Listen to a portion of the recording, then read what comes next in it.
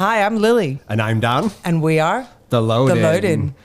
Oh, we nearly got that one. I mean, we should actually be practicing this more often because we try and do it every week and it just sounds lame. And then we're going to get pre-recorded. It gets better and better. But anyway, enough of that. Let's introduce our guest. So this week we have a very special guest. We have the wonderful Shelley Frost from The Fridge, who has been in the region for a very long time, as we've just been discussing. Are we allowed to say? Oh, well, Shelley can talk about that, I guess, in a second. True. But it's a privilege and an honour to have Shelley with us today. Somebody who I was actually one of the first people I ever worked with when I arrived in Dubai back in 2008. I remember so we did. Green. I was very green in Dubai then, but I remember we did the opening for the Atlantis and you hired me as a stage manager to help all the talent. So Shelley, thank you for joining us today. Thank you for joining us. Well, it's a joy to be here with both of you. Thank you. Well, tell us a little bit about yourself. I came to Dubai, in 1997. No, wow. Yes, 1997. It wasn't even the 2000s yet. Wow. And I came as a harpist. I played next to the fake palm tree in the Jumeirah lobby on the left-hand side as you walked in. Is it still there?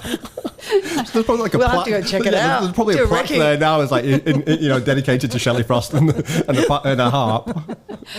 But after many years of being very active within the performing scene, within the event industry, seeing it grow and develop astronomically. But what did it look like back then? Flat. Well, there was nothing here. What was it? There was a long sandy stretch, and then there was the Hard Rock Cafe. That's right. I remember I came here in 2000 on the way to Australia. I went to go and see the Sydney Olympics, and as part of the deal with them, we just got like a 3-day free holiday and stayed at the Oasis Beach Hotel. It doesn't even exist anymore. And I remember driving on Shakespeare Island was nothing apart from a Hard Rock Cafe, and it was like, and here's your hotel. so I can appreciate when you got here, it was flat, there was nothing. Yeah, but it was fabulous. There was a big village feel. Everyone knew everyone. There was a very gentle environment, and that's ramped up to a really big city feel that we have now with its tensions and its also increased offerings. And yeah, it's been fascinating. Started The Fridge then 13 years ago, so 2007. Oh. Yeah. Then, okay. Well, that was like at the peak of the good times. I guess the first good times. Well, you're at the top of the roller coaster before it. Yeah. Anyway, continue. Sorry, we get really distracted and we just jump in and just kill the conversation. And The Fridge was born of a real burning desire to create a space where music and performing arts could be. We've always been very dedicated to original material and using that is a very big part of the inspiration of what we do and what we bring to then the entertainment world. So while we are hooked into providing corporate entertainment and solutions, our work has probably become more and more consultative over the years, being able to work on bigger and bigger projects and bring more of the expertise of the region and the knowledge of the artists that we work with to the table. And it's been a joy with venues such as Dubai Opera opening. Yeah. And we've seen, as we were also talking about, seen such a development within arts and culture, where in the beginning there was nothing. Yeah. Or I say there was nothing. There were not many freelance artists. What the cultural scene looked like was bands booked here on a residency for 6 nights a week, put up in accommodation, and they were locked into that hotel, and heaven help them if they set foot outside. Tried to go anywhere else. And that was the blueprint. And that continued for many years. And interestingly, especially for the times we're living in now, 2007 and 2008 were the game changer, because for the first time hotels were really forced to look at doing things otherwise. And it was no longer equitable for them to be bringing bands and having them for the full month.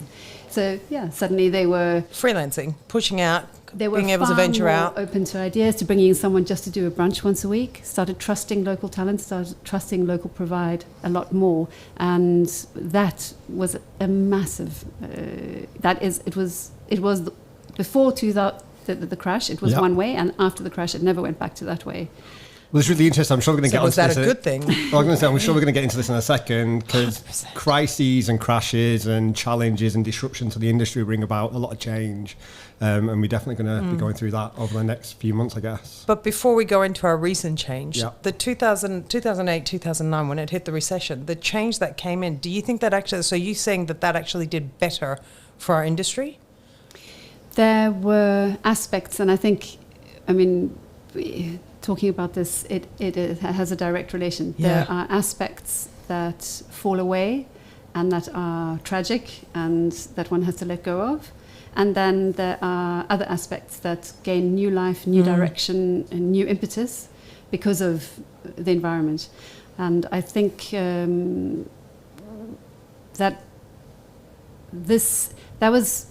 I understand that crash was global in a sense, but it wasn't as total a dead stop as we've had this time. And there's literally nowhere for our industry to turn right now. There is no place, no sector, we can't move. It's unprecedented in terms of the challenge that it represents, I think, mentally, emotionally, and obviously from a business point of view. Yeah.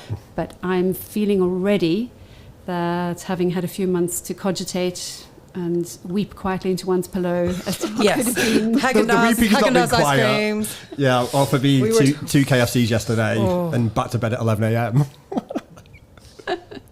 It's been tough. Extremely, extremely tough. I mean, I will be very, very honest in all of the ups and downs here, and there's the buck stops with me with the fridge. There's no protective mechanism around me.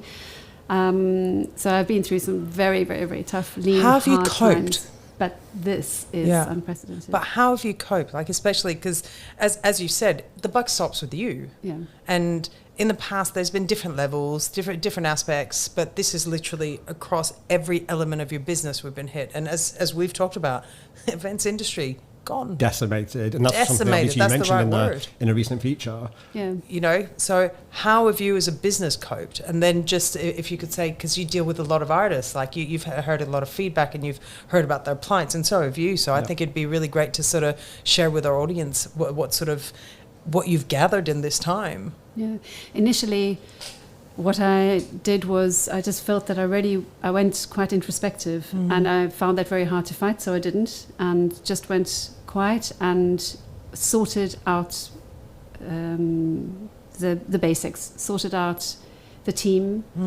how I was going to look after them through this period, sorted out clients, and sorted out outstandings, sorted out the nuts and bolts. Yep. So that pretty much dominated the first, even as long as 6 weeks.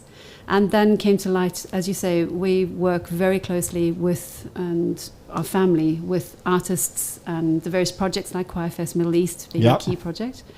And then suddenly realized that although I just wanted to be isolated in a spot, that there were people that felt the same. And that in fact, Choirfest Middle East was due to take place on Dubai Opera Stage on the 14th of March. So just as all this had happened, starting to happen. It was just before it. Literally everything locked down 2 seconds before that. It literally did. We'd done 3,500 kids in schools. They were ramped up. All of the finalists had been announced that then we're going to take the stage, and we had our choirs coming in from Syria and Lebanon and devastating. Had to call that off at the last minute. So thought of all of that disappointment with people also facing their own isolation, and realised, like, right, this is what we're about as experience makers, and the very thing that events do and the performing arts do gives us joy, hope, an outlet, gives us a voice where words don't really count. I mean, it does something that we can't really explain. Yeah. I can never explain why rhythm and tone affect your mood or your outlook on life. It really does. But it does. And especially more so now than ever. I should have come over with the Ghetto Blaster to your place yesterday. You should have done, but I was in bed with the 2 KFCs. I knew I should have come over. But you're so right. Yeah. It was an article that you, quote that you posted today from the comedian. That's what would we have done for the last 3 months if it wasn't for the arts? Well, exactly. It was a brilliant comment. Authors who have created books, Netflix with the series, the music and the live streams, and the constant content we've been getting through social media. If that never existed, what would have happened to our mental health? Like, how would we have coped? No, I mean, I've been dipping into slightly different things like Met Opera. Having a whole opera every single night, but incredible footage, as you say, that we don't get to see archival footage. Sadler's Wells dance saw an incredible Pina Bausch. Nice. So going over to hers. The content has just been a gem, and where would we have been without it? It was our lifeline. So what happened was that spurred myself and my team into action that the human side of it and decided, right, regardless of how we feel, Yeah. the thing that we do is this experience creating. So we've got an experience that it's more incumbent on us right now than ever before. So at a time where, picking together how we're going to eat, we decided to take this project virtual. So it hasn't launched yet, but next week we'll be launching, it's nearly 500 separate videos. And it's been a sort of 3-month project. And we have these 2 explosions of energy videos that we'll be sharing with the community. That's amazing. We'll have to get the details from you and put it right there. On the podcast. So on the podcast. View. Exactly. Definitely. So I think the way that we've coped with it is by understanding that we have a role to play and finding a way to play that role in still bringing an experience and a connection. Yeah. I think the other thing that is key for all of us in this industry right now is the whole true sense of togetherness. Yeah. Working together, figuring it out together, finding ways proactively to support one another. But not just like we said, and we must. I mean, how many times have we said that? Our community. That's what I was we've had those conversations a lot. Even straight after lockdown, we had a quick chat and a catch up, and there's still so many things that we want to do, and we need to be, collaborating on and helping support the community and really. But that's what I was going to say. Like, do we think that we are doing it? I see lots of posts. I see lots of people talking. I see lots of people saying we've got to do something and we've got to do it together. I see pockets of people doing things, but as a massive collective, have we done that? I think it's coming. Is it feasible? I do think it's coming. I think it is feasible, personally. Yeah. I think the biggest challenge, Shelley mentioned, your first initial reaction is to turn in, and you have to look at yourself first. You have to look at your team, how you can look after them. They're all worried about their jobs and their future and their opportunities. Again, the artists that you work with, because them as creative people, it's a very challenging time when you don't have that creative outlet, and you lose that sense of hope. You don't know when this is going to end, and we like audiences, we like people. So I think that's obviously quite a challenge. So I think, you look inwards, but I think now, as I guess the dust starts to settle a little bit and we look at where the goalposts are trying to land, then I think that's the time when people should start coming together more. And I think this city needs it. Well, do we think the goalposts have settled? Not by a long shot. And I like throwing it in. I like throwing it in. You know me. In my view, feel this from the start, and I'm sure it's most people's view, is that in my mind, I've just settled in that this is the way it's going to be now for the next year and a half, more or less. That we are having periods of heightened concern where things are very malleable, very movable. We don't know how many people are even going to be able to travel in, when they can travel in, end of the year, next year, when it might be. So just having to be very malleable. So then the sense of togetherness, and I think it's possibly unreal to expect a complete global event industry togetherness. But what you touched on, Lily, with like-minded people really seeking out and having those deeper conversations, because I think that's where those real solutions come from. And we have a fabulous partnership that is many, many years old with AV Concepts, for example. And so we've got together with a fabulous virtual event space in the Fridge, which is where you see which the looks live incredible, streams. by the way. It does look incredible. Well, thank you, AV Concepts. But where the live streams are emanating from, but it's also there for webinars, hybrid events, where you're wanting to have someone in virtually on the screen and be able to interact with them in front of either a live audience or an audience that's streamed. But those partnerships, I think we will be exploring much, much deeper and much more. We need to. I think of us, when you see cows in a field when it's pouring with rain, like in Wales somewhere or something. I think that's what we need to do. just gather. Shoulder to shoulder. Well, it feels like it's definitely raining right now, quite heavily. Raining? That's like an understatement. torrential. It's torrential. It's going sideways. Yeah, for sure. One of the things I want to touch upon is obviously the cultural industry here, I guess, has been, like you mentioned, decimated and has been one of the hardest hits. We were definitely one of the first things to shut down, and it's safe to say will be one of the last things to open. Absolutely. And I think one of my personal fears is all of the hard work that people like yourself, people like me, not just necessarily our businesses, but the contribution you've made to the cultural scene could potentially be lost, or it's not going to go back to any resemblance of what it was before. Or it could be the opposite. You think? I know, I'm talking about from the perspective of having a real respect for it and understanding, like people are saying, where would we be without the arts? Where would we be? The joy that it brings, like you said, that feeling, you've brought that here. You guys have brought that here. The talent that have come here, it's a testament to everyone that's sort of poured their heart and soul into that. That I don't feel is going to disappear. What is a big problem is when can we do it again properly? Yeah. Like that's the bit that I think is the conversation. But whether the value of that will ever disappear, I don't think so. I don't think the value of it will, because I think more so now than ever, once we get through this pandemic and a period of not being able to be together, people will appreciate the arts. People want to go to things and want to come together and appreciate music or festivals or an art gallery or just those interpersonal experiences. I think my biggest fear is, you mentioned you've been here for 22 years. It's taken you 22 years to build the fridge to what it is today. And all of a sudden there's been that stop, that block, and the industry's been decimated. The longer this goes on, the harder it is to rebuild, for multiple reasons. So my concern is then what happens with all of that hard work that many people have put in, and those, you mentioned the choir festivals and the artists that you bring in. What do we do next? Yeah, well, we live to see another day, hopefully. And I think that it's very hard not to turn to something philosophical at this sort of a time. And I think that sense, which I have had acutely and still do many days, but I'm finding more and more that I'm stepping into something where I think we need to step away from this feeling of it's lost, it's gone, when can we get it back? And it's more like a sort of river. We had a lovely 10 years since the last disaster, and now we're through another rocky patch, but we're on the journey. Well, the journey hasn't stopped. It's not, this is the journey. And once you give yourself over to what is happening, which is so much larger than ourselves, as you've just discussed, there are certain elements, if I think for ourselves with the fridge, but all of our businesses, when I think of the greatness represented by so many of the professionals that we have the privilege of collaborating with on a weekly basis ordinarily, that great depth of experience, expression, the skills, learned the relationships, all of those still stand. And it's harnessing that. Fortunately, we are creatives. And I think that stands us in good stead, and it's harnessing that.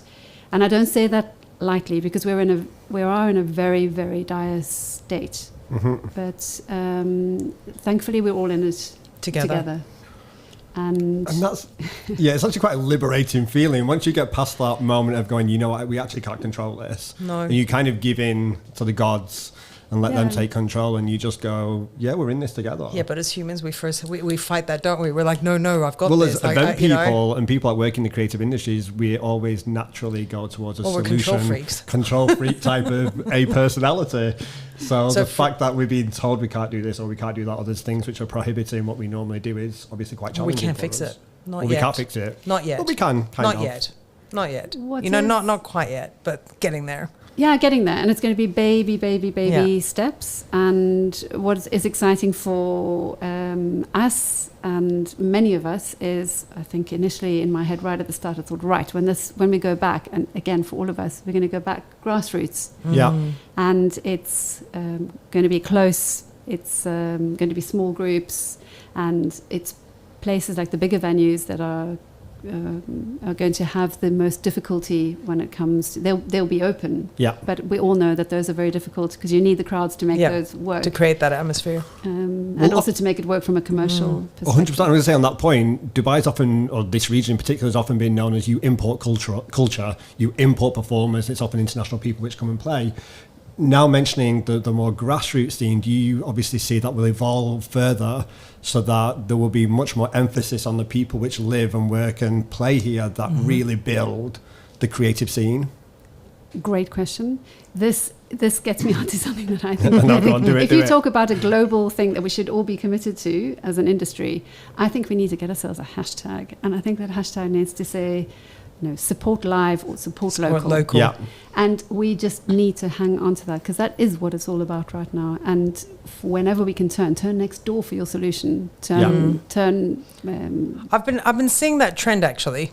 that's definitely been something that you see sort of being talked about in different countries around the world. I have seen that where they say we need to look after our own right now. 100%, but it's really difficult for the events industry because we're so good at looking after everybody else, we don't look after ourselves. We can organise anything else, but we can't organise ourselves as a group.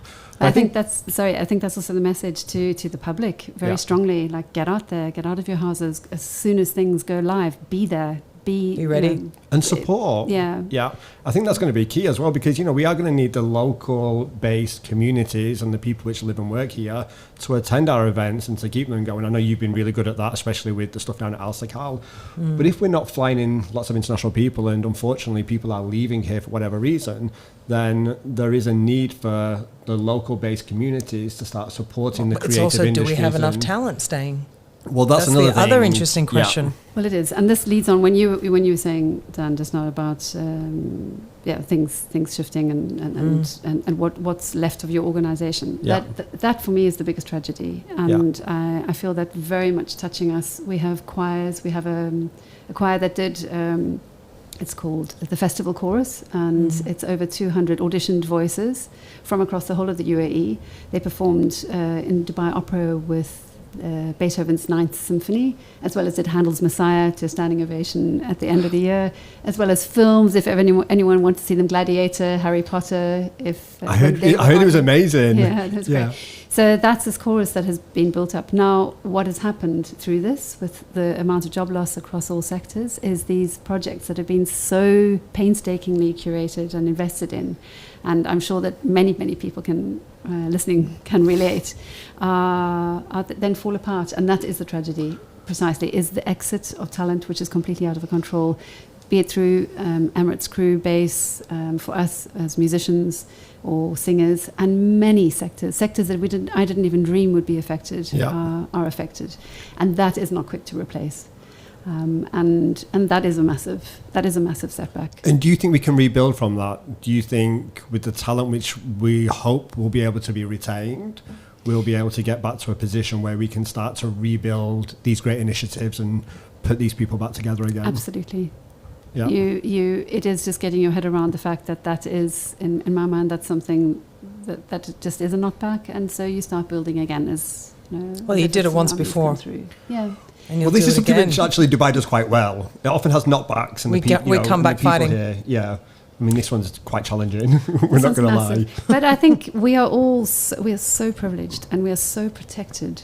And what we're experiencing, many people in many countries the world over experience through natural disaster, through hurricanes, through tsunamis, through whatever it is. And we are incredibly privileged. And I think this feeling, oh my goodness, I'm sort of losing that a bit now, thinking, right, well, you know what, this is life. It's not an exception as such. This is life.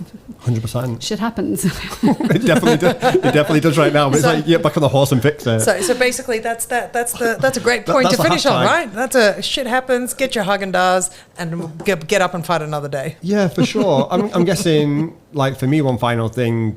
And again, we've seen this across the world now. I think there was the bailout, say, for example, in the UK over the week. They're trying to look at financially supporting institutions which are crippled by this. Let's face it, we are crippled in many ways from a financial aspect, and you've got overheads and infrastructure. If we were to go through this again, not saying that we've gone through it, we've not finished it by any shot, but what could we look at doing, or how do you think we could better prepare, I guess, for a future situation where this may happen again? It's a tough question. It's a really tough question because I guess it is just that whole question of, we're quite good at that, though, generally speaking, because we work seasonally. I feel that we are relatively well equipped mentally, more than perhaps some other industries, which is just as well because we've needed it, being the hardest hit. But I think you want to bear that agility in mind and be always open to developing new ideas. And for example, with us, live streaming has always been on the cards. It's something I've always wanted to do, never quite got to. Guess what we've just been doing? Yeah, we've done it. It's painful. It's pushed you in a place that you had to go to. But you were going there anyway, we just made you get there a little bit quicker. Would one of the biggest learnings not be the fact that we need to be better prepared as an industry? As in, 100%. I'm going to throw that stone as an association. Well, yeah, associations and gatherings, and I think going back to what Shelley mentioned earlier, that sense of real, tangible community and authentic community. It's like we often do it, and it's definitely a thing here. It's like, hey, we'll catch up next week. Well, you don't speak to people for like 6 months or a year, and you forget. But I think we're just too busy as well, though. We're so busy delivering great events, right? But I'm talking about the fact that when all of this happened, like, we were talking before about the cultural grant that was done, and all of how many people got a grant? Like 80-something people. 80-something people out of a... Well, I think there's like thousands of people which applied. Yeah. But the reality is, like, not everybody can get help. And I think we have to start looking at situations and opportunities where we help ourselves and we help each other. But that's what I'm saying. Structurally, I think is something that we need to look at as an industry. We're not set up for a rainy day as an industry. Well, we're not, because we live in that bubble and we thought everything was perfect here. But the reality is we're as exposed, if not more so, than anywhere else in the world, because we are all visitors. But that's it. So foreigners. To me, that's one hell of a learning. Yeah. So to sort of end up back here again, inshallah never, but to sort of there's be always here. Something every 10 years there's a crisis. There'll be something else in 10 years, but so hopefully we'll learn from this and structurally put some mechanisms in place, not just as a company, but as an industry. Yeah. That's my hope. That's my hope. Yeah. Because, as you say, I think the best advice that was given, that the help's not coming. You have to help yourself. And that's what you're saying as an industry. Exactly. We should have something in place to be able to help ourselves. 100%. It's interesting here because we're an industry. We live in a place which is very now and very last minute, and we are, as you say, hardly talking to each other, grappling through everything, everyone's sort of relatively about themselves to a large degree. I think what you're talking of would be really contributing more to a community. Exactly. It's more of a long-term view, isn't it, rather than a... Definitely. Well, I think we do need that long-term view that. Because, well, you've been here 22 years, I've been here like 14 years, but still it's relatively short. It's like, not short-sighted, that's the wrong word to use, but we look at things in the short term. How do we get to? Well, everything's immediate here. We've never. It's never been look at 10 years. I think that's what you were explaining. It's always been now. Yeah. And as an industry, everything we delivered has been now or yesterday. I think also as well, just to get to a position where we can show that culture is so vital for society and vital for communities and for nations, and to really just make sure that we're attracting the best talent and the best people and showcasing, I guess, the UAE and everything else that we do in such a great light. Yeah, I mean, a huge point that I feel and that I felt, and I think that everyone, again, through the industry would feels from their perspective, but from my perspective, I'm thinking every time the nation wants to represent itself, be it at the Special Olympics, be it at the Pope, the discussion, one of the discussions is always about music and how that music represents that moment.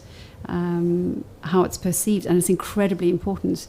And so, on one level, I think this is something we've chatted about at some point, Dan, is so important, but then so unimportant. It almost feels like it's been neglected right now because we're not frontline workers, and we get that. And I'm sure that you, over the last few days, airlines and tourism and things are starting to pick up again. But that's where I think, and you mentioned it earlier, I think, is where our future has a much greater relevance, because we are going to be the people through the music and the performances and through this amazing content, whether it's hybrid or live, is really going to start to showcase destinations and places and hopefully reignite the economy and bring people back again. 100%. Yeah. 100%. Shelley, thank you so much for joining us today. It's been a pleasure. Nurturing. It's always been a pleasure. We'll have to get you back to let us know how everything's going and how the streaming's doing. We will. So with the streaming, it's every week. Yeah, we've got a little hiatus now. We've done 5 nights straight, and then we start, actually, good thing you mentioned that, summer special, Concert Series summer special. I'm going to say, I saw something briefly on social media. Plug for that. Yeah, so we'll do a plug. We'll make sure we share it with everybody. Yeah, there's going to be like fun, great, good listening night out. Awesome. Cool. Well, we'll get the details and make sure everyone tunes in. Indeed. Brilliant. Thank you, Shelley, so much, and it's been a pleasure to have you on board with us today. We look forward to, as collaborating. An industry, continuing. Let's do it. We keep moving forward. It's unprecedented. Cool. Thank you, and we'll see you soon.